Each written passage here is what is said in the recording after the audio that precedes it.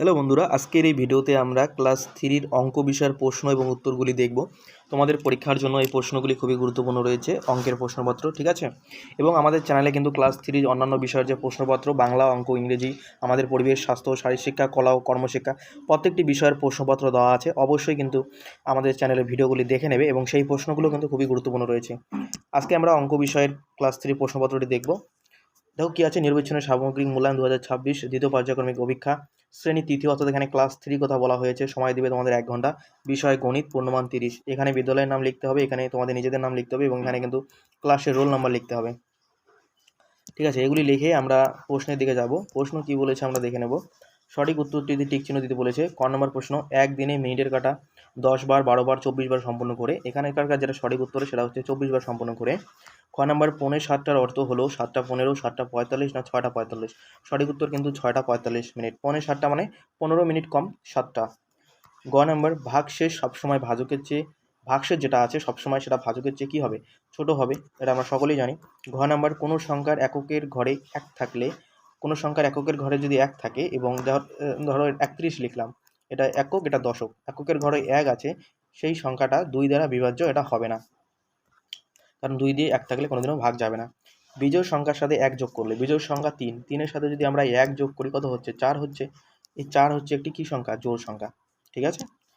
এবার দেখো আমরা 2-এর প্রশ্নগুলো দেখব। 2-এর প্রশ্নগুলো কিন্তু তোমরা ভালোভাবে প্র্যাকটিস করবে বাড়িতে। যোগ করো বলেছে 2-এর ক নম্বর প্রশ্ন। এখানে 50 পয়সা আছে, 50 পয়সা এখানে যদি যোগ করি তাহলে হবে কত? 100 পয়সা। আর এখানে 0 আর 9 যোগ করলে 9 হবে, 2 আর 3, 2 এর আগে 3 হবে। তাহলে 39 টাকা 100 পয়সা, এখানে 39 টাকা লিখে দেবো এবং এখানে 100 পয়সা লিখে দেবো। তো আমরা কিন্তু জানি 100 পয়সা সমান সমান 1 টাকা, তাহলে কিন্তু আমরা সমান সমান দিয়ে আরেকবার লিখতে পারি। এখানে কিন্তু 40 টাকা আছে।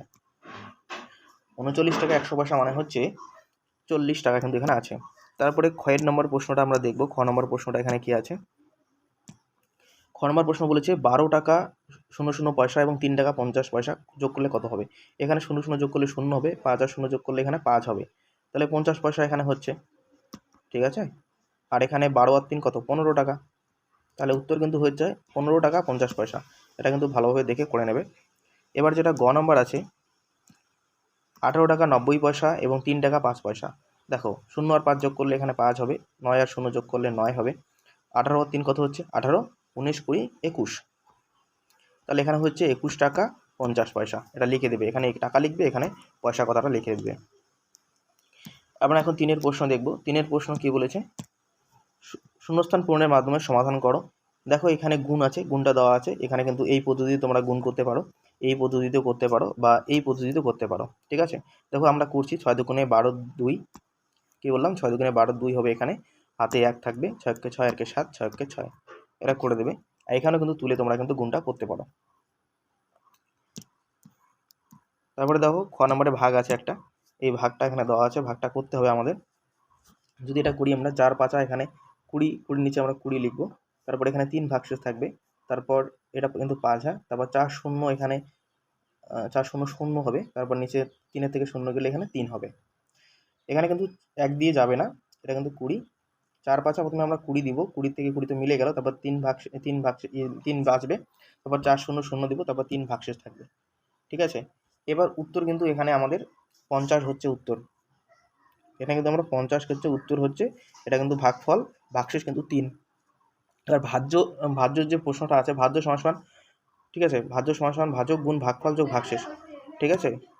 আমাদের যেটা ভাগফল বের হয়েছে সেটা হচ্ছে 50 এবং ভাগশেষ হচ্ছে আমাদের 3 বের হয়েছে।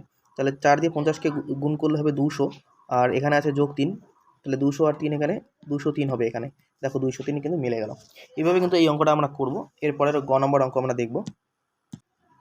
গ নম্বরে বলেছে ভাজ্য, ভাজক, ভাগফল এবং ভাগশেষ নির্ণয় করো। এই ভাগটা তোমাদের করতে হবে এবং ভাজ্য, ভাজক, ভাগফল এগুলি তোমাদের বইয়ে আছে, বই থেকে কিন্তু ভালোভাবে প্র্যাকটিস করতে পারো।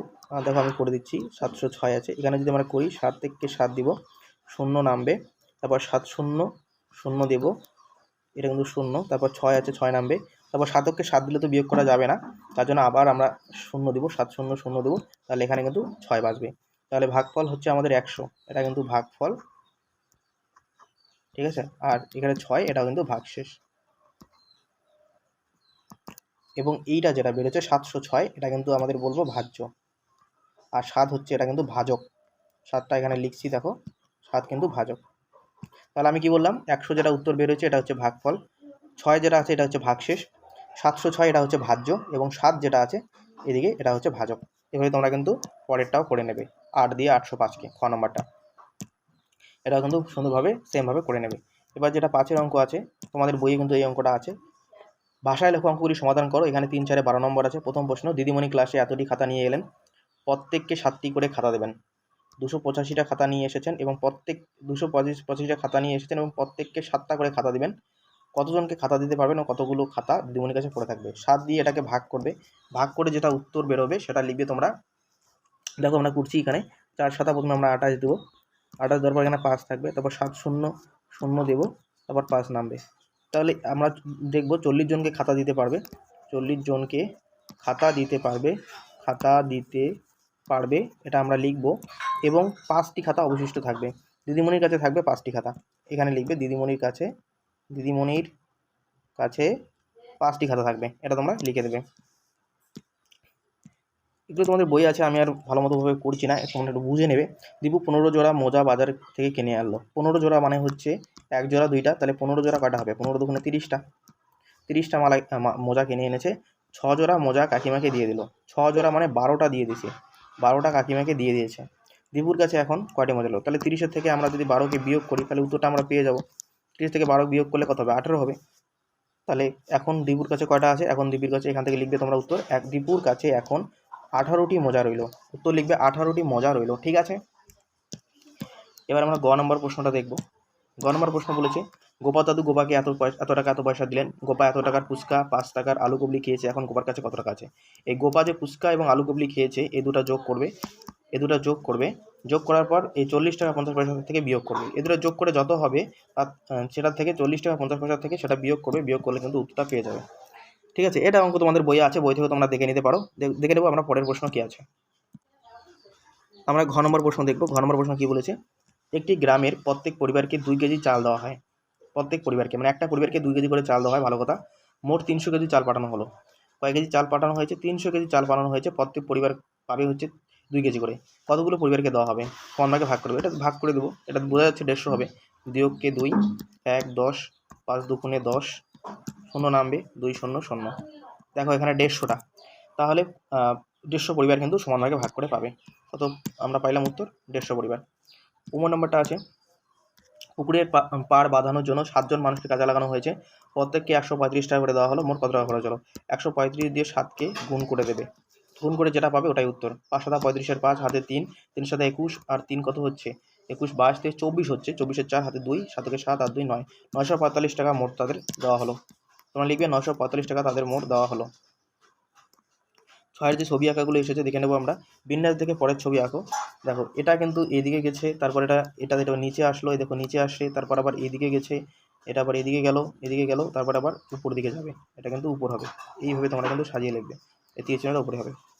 তারপরে এটা দেখো খ নম্বরটা কি বলেছে, এগুলো সাজানো আছে, এটা এইভাবে দেখো এই স্টার চিহ্নটা আছে, স্টার চিহ্নটা কি হচ্ছে, উপরে ছিল, এখানে ছিল, তারপর এখানে ছিল, কিন্তু স্টার চিহ্নটা কোন দিকে নাই, এই সাইডটাতে কিন্তু স্টার চিহ্নটা নাই, তাহলে এই সাইডটাতে আমরা স্টার চিহ্ন আঁকবো, ঠিক আছে। এই সাইডে আমরা স্টার চিহ্নটা দিলাম।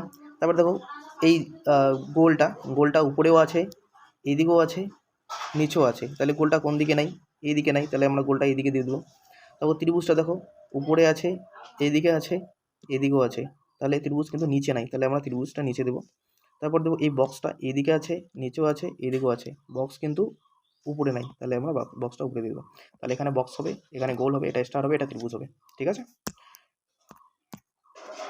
আমাদের প্রশ্ন কিন্তু এখানেই শেষ হয়ে গেল। ক্লাস 3 অঙ্ক বিষয়ের প্রশ্নপত্র। ভিডিওটি যদি ভালো লাগে থাকে অবশ্যই বন্ধুদের মধ্যে শেয়ার করবে, সাবস্ক্রাইব করবে, ঠিক আছে। পরবর্তী ভিডিওতে আমরা অন্যান্য বিষয় নিয়ে আলোচনা করবো। গুড বাই, ভালো থাকো।